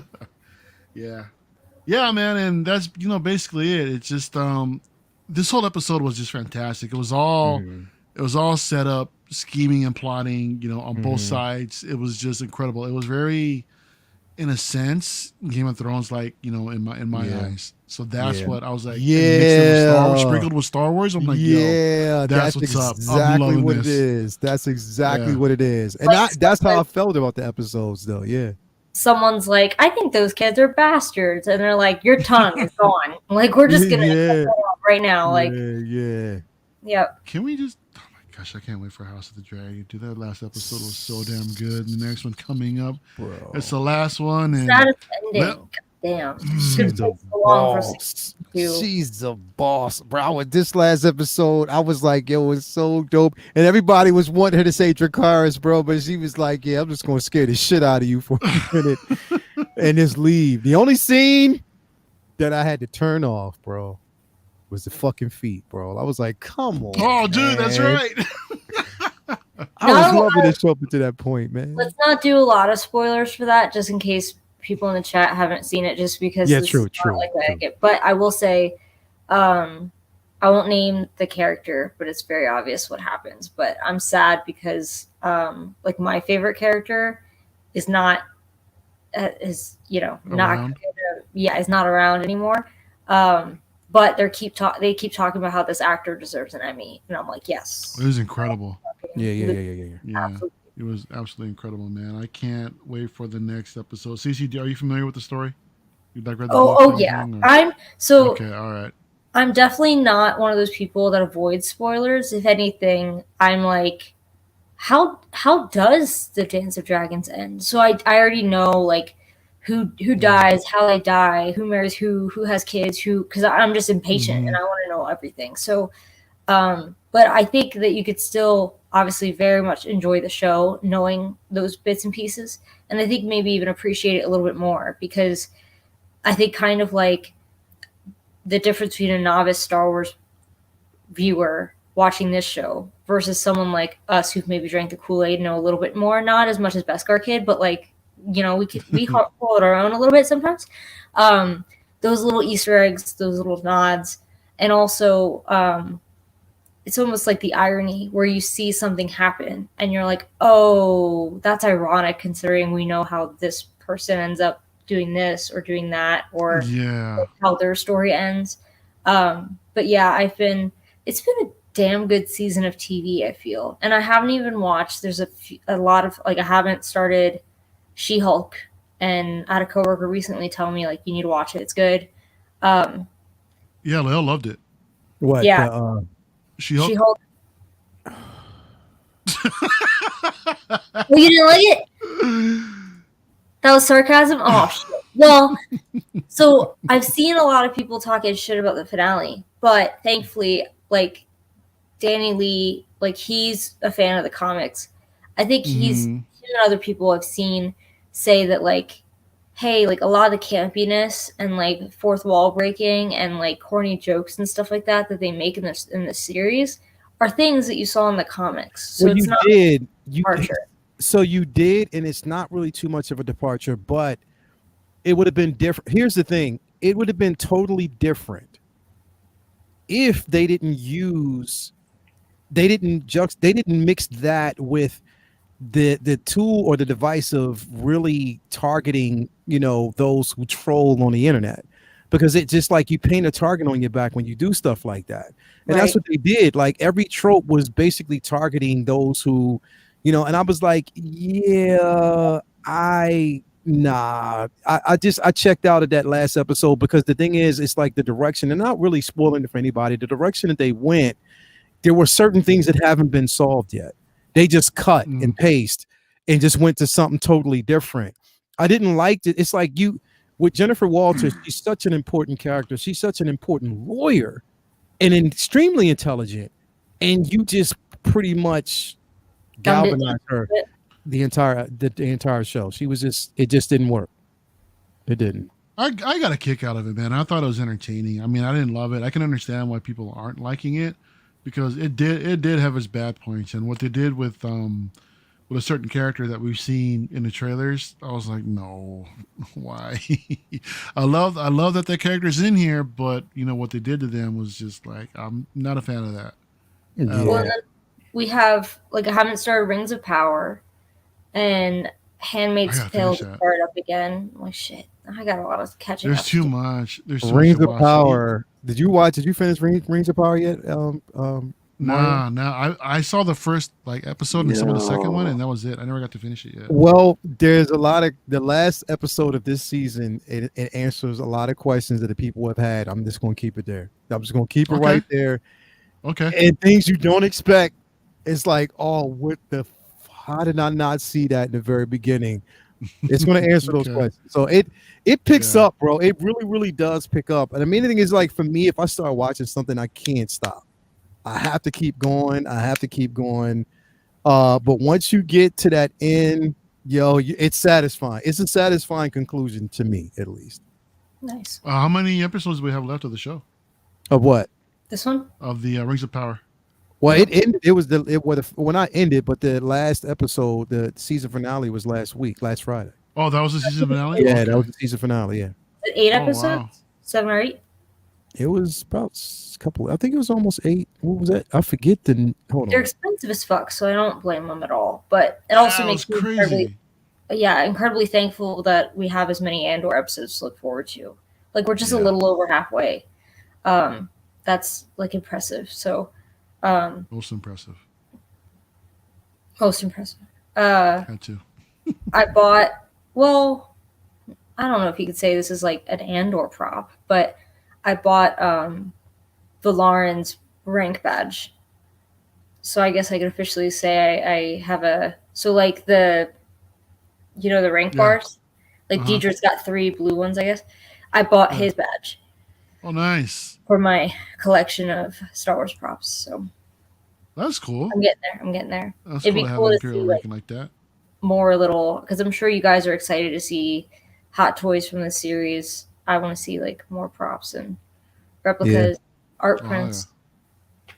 Yeah, I definitely want to see a couple of prints. Speaking of art prints, CC, you got anything for us this week? Oh, I just realized, shit. Oh my god, I forgot. I'm supposed to have like a print segment.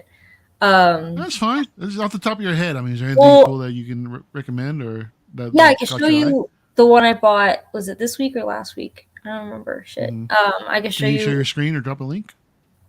I could drop a link. I've got way too many tabs open. I don't want people judging me for how many tabs I have open.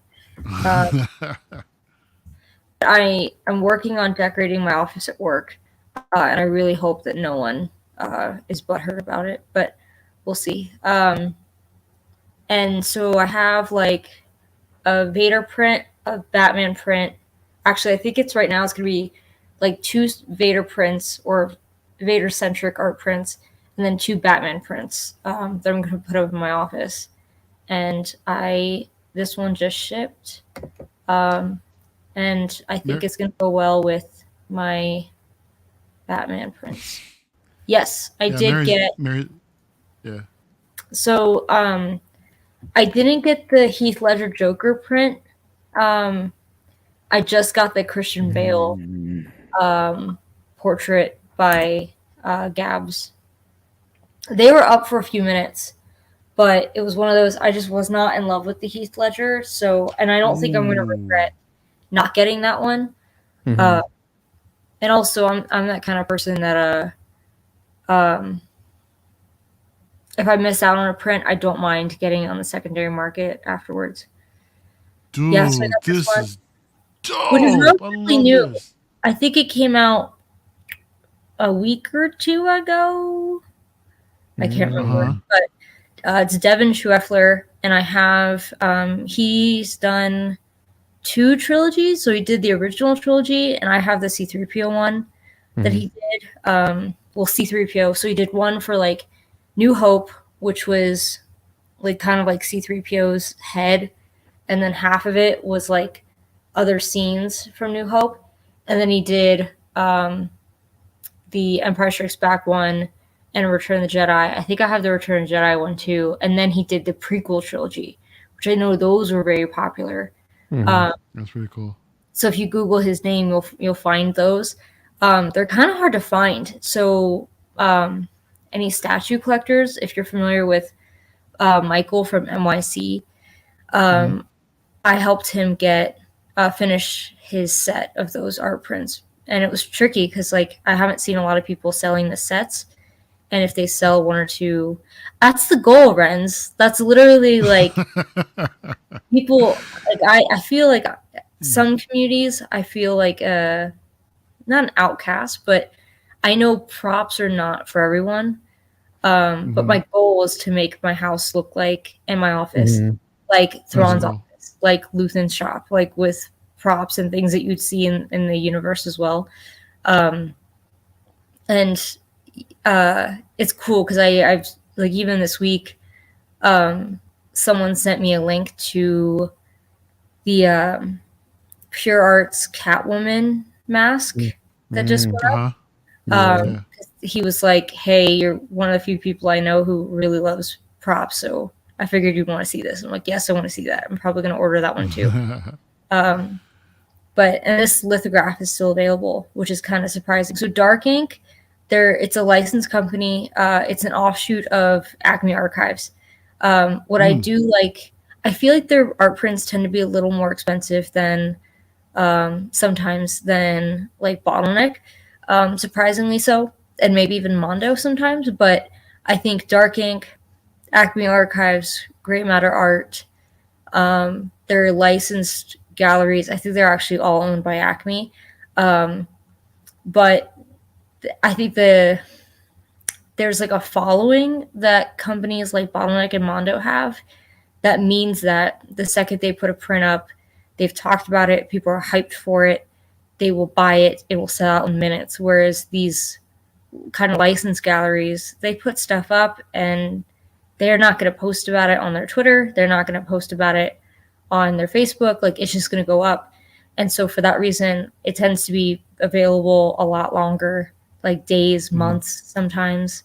So do check those out if you want to get into art prints, but you don't want to go through the hassle of those like minute sellouts of some of the art prints on the bottleneck. That's crazy. How quick some of these prints just go like insanely quick. Yeah, Best Arcade saying that his dad used to have all the master replicas, props and replicas. They were very cool. Yeah, those freaking things are worth so much money now. It's insane. And it's funny because I found out like who Master Replicas was right when they had just gone under, and it's funny. I was thinking about it because one of the art prints I'm going to put in my office at work, it's at the Framers right now, is by Jock. It's basically the art print version of his All-Star Batman #9 variant, like a comic cover. And I remember when that was available. It was available on Zavi, and I was in college, and I made shit for money, and I was like, "Oh, it's $50 though! Oh my god, really? Oh shit!" And then it ships from the UK, and that's like $20. God damn! Like, I didn't have the money for it, and now I'd be like, "Damn it, $50 for that art print! That would have been like an amazing price." Would have been a steal.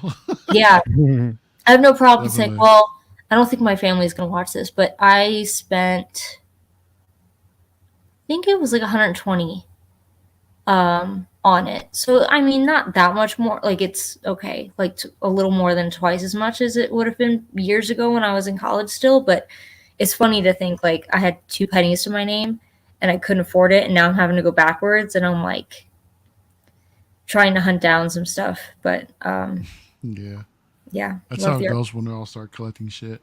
Real quick, Horror's Workshop says that this was relaxing to listen to. Thanks, everybody. Thanks for coming by, man. It's great to see you. Yeah, definitely, bro. Shout out to Horror's Workshop. Keys is in the house. What's up, Keys? A little late. We're about to wrap right now, bro. But I mean, hey, great to see you here in the chat. Blue Tattoo's also in the house. What's up, Blue? Good to see you here, man. And F. Wellington was here earlier as well. Yes. Best Arcade mentioned that that he left a few after he passed. I'm sorry to hear, dude, that he that your pops passed. But he has the Emperor Kane, the Mace Windu Hilt, the Sidious Hilt. My sister got the Millennium Falcon, then the AT-AT. Damn, dude, your sister made out, dude. Bro. Hell yeah.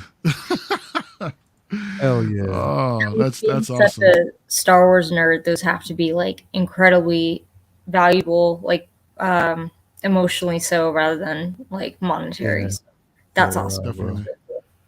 Definitely. Also, Braden's in the house. Said he watching the Laker game, but wanted to stop by to say hi. What's up, Braden?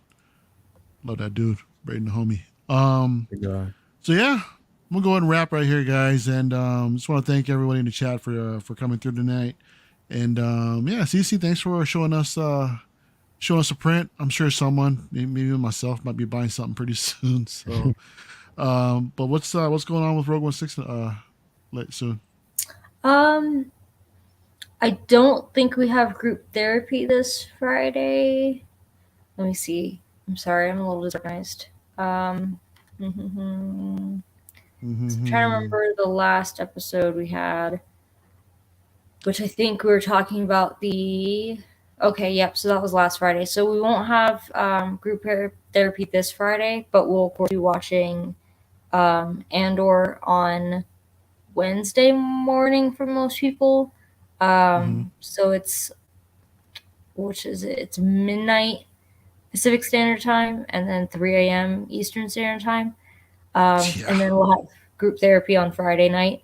So that'll be good. And it has been fun. I feel like we had more people join us this past week for Andor. We hung around chatting about the episode a lot longer than I anticipated. Cool. So it's been a fun time. So if you do want to check that out, if you have the wherewithal to be up that late or early, depending on your mindset, feel free to join us there. That's awesome. Great to see you, CC, as always. Leo, what's up? What's coming up on your channel, bro?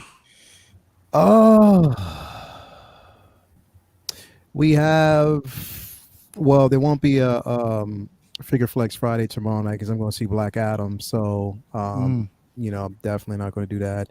Back on Sunday for, of course, Collectors Lounge International. Monday, comic book talk with friends. Where we're going to, break down Black Adam. So that's going to be a complete spoiler discussion. Also talk about, the Walter Hamada departure from, Warner Brothers, and we're going to talk about, just, a lot of art and, influences from, Alex Ross. So we're going to talk about that. So stay tuned for that show on Monday. On Wednesday, of course, Say What. And I guess we'll be back here next week for Uncivilized Scoundrels. And also next Thursday, there's going to be a new show between me and Marvelous from Australia. It's Rise and Chai, where we basically talk about everything that's going on in pop culture and associate that to collectibles. So just talk about the history of that. So that's going to be, and then Uncivilized, of course, Figure Flex Friday, and the cycle continues. So I'm trying to kick out some of these videos to get some stuff out the way, man.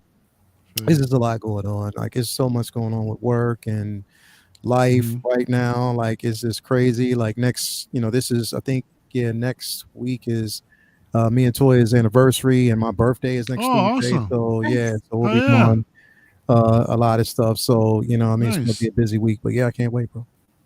How long? Let me ask you guys. How long y'all been together, and how old are you gonna turn, if you don't mind? Or how young will you be? Oh, bro, bro. Listen, when people ask me my age, I am happy to talk about my age. I'll be 49 years old.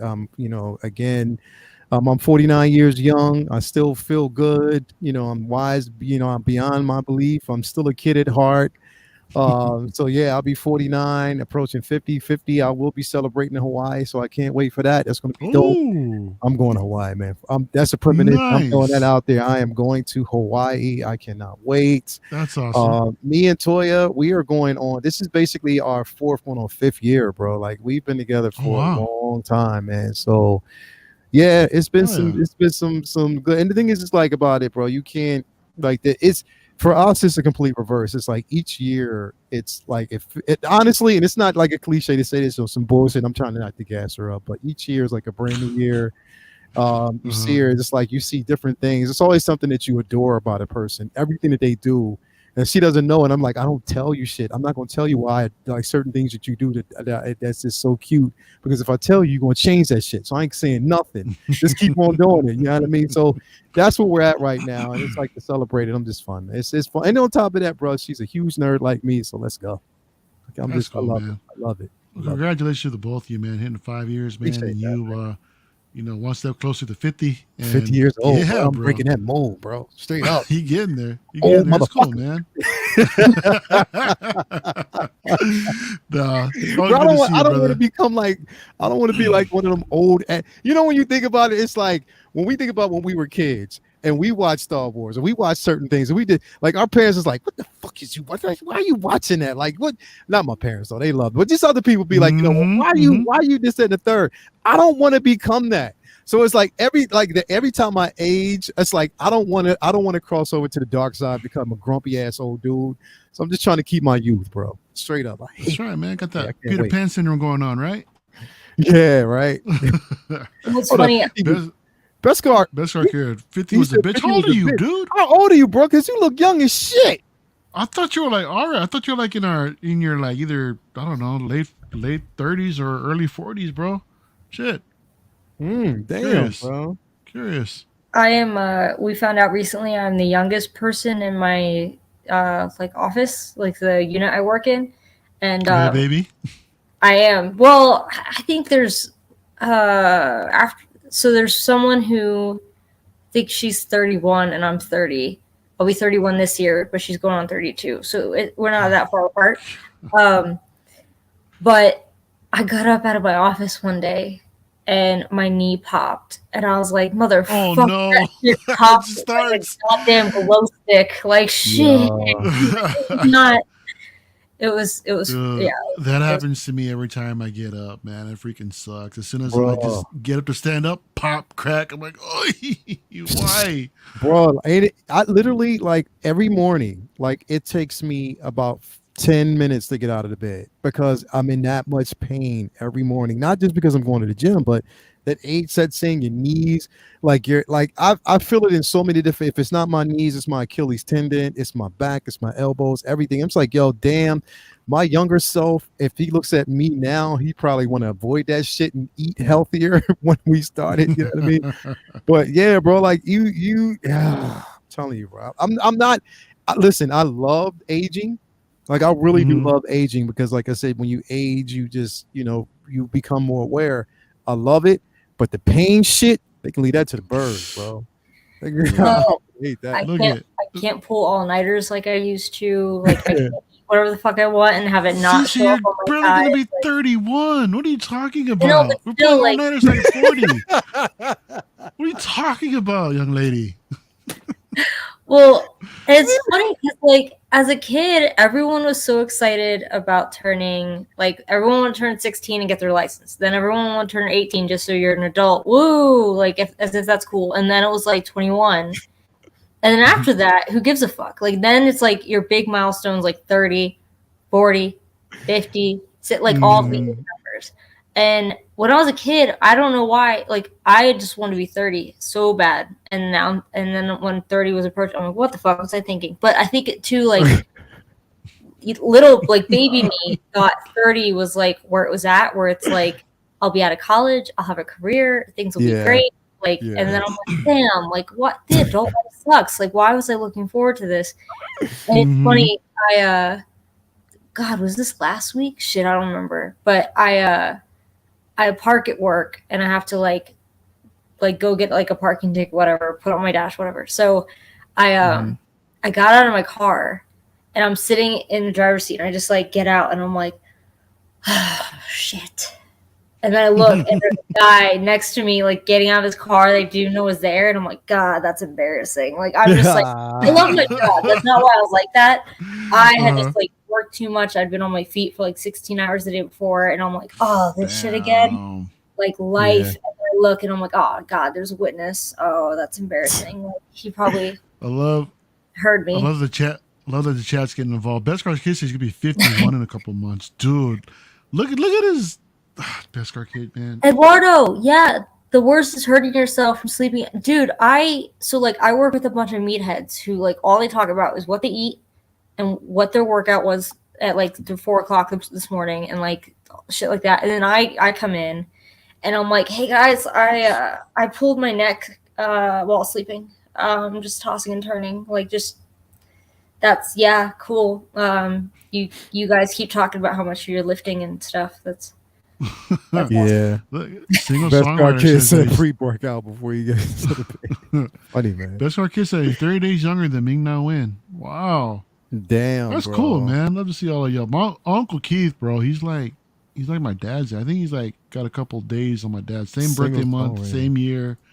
That's crazy. You know what? That's such a but that's why we a bunch of cool motherfuckers, because we're old and we're older and we enjoy these things. Like literally everybody out there is talking. It's like, but it's cool, and it makes me feel so good that in this community, bro, like all of us.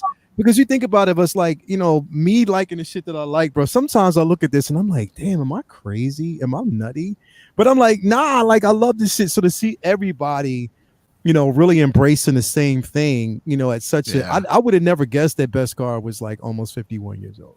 Mm-hmm. I would have never, guessed that. Single songwriter saying he's 30 days younger than Ming Na Wen. I'm like, damn, like literally, but it's like in a good way, because I'm like, yo, now I know we are moving in a great direction, man. 65 all day long. Topar is 65. Right, Uncle Keith all day. That is my guy. That's right. Like straight That's up. Right. We was talking last night. Like he called me last night. But yeah. And he's still and the thing is, it's like, and talking to Keith when he starts basically putting out, when you see his art that he posts up every day, like he always posting up comic covers, like different things. Drops. Yeah. It's like all nostalgia, bro. And I'm like, yeah, see, that's what I'm talking about. That's the shit that I'm talking about. That's what I'm talking about. Rand's is 24 and his spine and knees are starting to pop. Rand. Come on, Rand. All talent, Rand. That's all talent, bro. I tell people I have the same birthday, not the same year, but the same birthday as Mickey Mouse and Alan Moore. And no one ever gives it. Who the hell is Alan Moore? And I'm like, shut your face. How dare you? Like, honor on your family. Like, I love Alan Moore. So yeah. That was Yeah, cool. man. Hang on, let me look And up like what Alan Moore is Jonestown, real quick. where a bunch of people kill themselves in a cult. But I mean, that's not as cool. Jeez. We won't talk about that. I know. It's very dark. The collector says my daughter says that I have dementia because I like toys. They're not toys, they're action figures, damn it. It's totally different. They're commodities. You know what? They're not even action figures. It's a work of fucking art. They are masterpieces. Exactly. That's what we call them. That's why we got them displayed. Fuck you, Mario, with that farm boy Luke. But everything else that one Oh, you know how we do it. Shout out to Ben Thomas, by the way, for picking that up as well. What you got? What you got there? What you got? Blanket. This is my blanket, bro. It's my Star Wars Oh, look blanket, at you. bro. This was handmade. This was handmade for me, bro. This is made like a couple of years. This is like 7 years old. Like straight no kidding. up. Hell yeah. That's man. dope. It's my blanket. Yeah, That's hell dope. yeah. 7 years old. Just nothing but comfort. Love it. All right, so guys, for myself tomorrow we got LWO coming up tomorrow night at 7:30 Pacific time, 10:30 Eastern. Come check us out. I'm gonna have Harry, aka Cinema. I can never say his name right. Cinematographer, but toygrapher. Yeah. Toyographer or something like that. Yeah, he's going to be coming by talking about. We're going to be talking about everything that he saw in Vegas at the Andor event. Word. He's going to be sharing some of his photos, some of the videos, and that's going to be dope. So yeah, that's been a fun time. I think Optical is supposed to join us as well tomorrow night, so that'll be a fun discussion. And yeah, this Sunday for the finale for House of the Dragon, I am finally, after months of having this damn statue behind me, we're going to unbox the Prime 1 Mother of Dragons, put that bad boy together. I hope, yes, you see, we're finally going to do it. I hope that thing is like not busted up in pieces, man. I am so afraid of like unboxing that piece because it's got a bunch of little parts that don't always show up in one piece. Yeah, I heard I think it's a Prime 1 thing. I think Mike Costa said that the dragons, I think the dragons are not polystone, but they're PVC. But I think just like the bats for the Batcave, the Hush Batcave statue, those are they're PVC also. Tricky to get it the base. So you haven't unboxed it yet, bro? It's still sitting in the shippers. Like, that's gonna be fun. So actually, Mike is gonna be joining that for me as well. So Dr. Mike along with Will. So we're gonna be over here and unboxing that. Mike Costa, yeah. Good. When you gonna do it on Sunday? On Sunday, yeah. If you want to come through, come on through, dude. What time you doing it? 5 your time. 5 my time. What am I gonna be doing? I don't think I'm gonna be doing shit 5 my time. Yeah, I'll be working. Yeah, let me know, bro. I want to see that shit. I forgot Monday. Hell yeah. It's not as exciting. Don't get excited. Monday I'm unboxing the Batman Begins premium format, and it's gonna go up there. That is exciting. I want to see that. I want to see how that came out. I want to. Looks good. I'm just worried about the cape because I'm not too crazy about like this Silver Surfer pose. The pose, so yeah. Hoping, like, want to try to cover it up. Some of the arm, yeah. So we'll see how that goes. But yeah, I'm curious to see how that's gonna work. Yeah, it's my first sideshow statue. It's only my second ever quarter scale. Yep, and my first quarter scale. Oh yeah. So definitely interesting to see the difference. But so far I've seen like in-hand photos and the face sculpt looks good. And that's the only thing I was like super worried about. But yeah, I'll catch yours afterwards. Uncle Keith calling me, he's procrastinating. He's got like 17 boxes on the floor right now. Yeah, double that. That's something I got behind me. I got to get my storage, man. I got, what you mean, boxes to open? Some.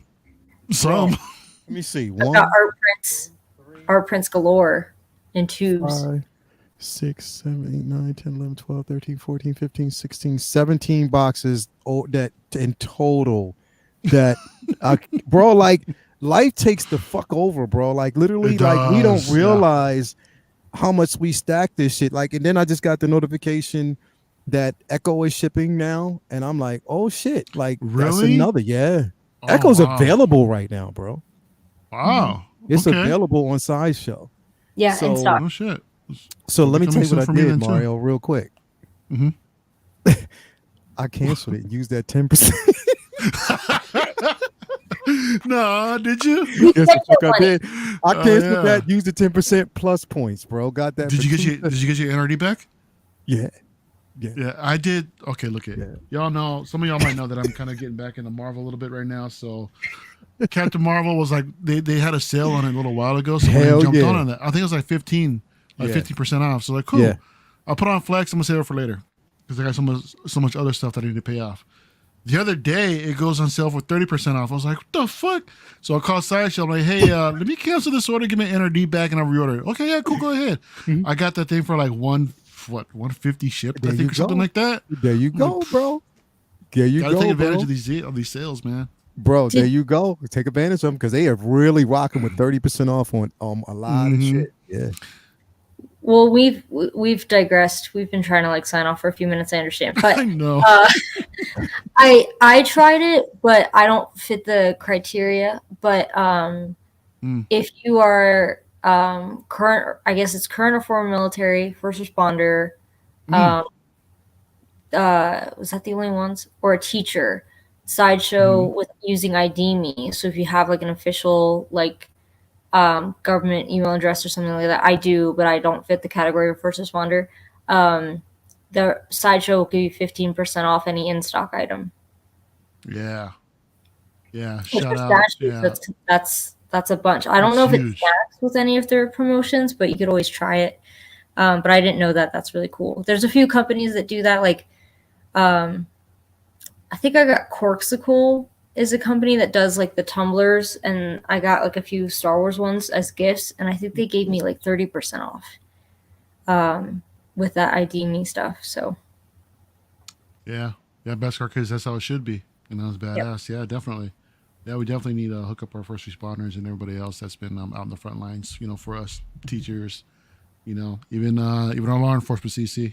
You know, even y'all are most important as well.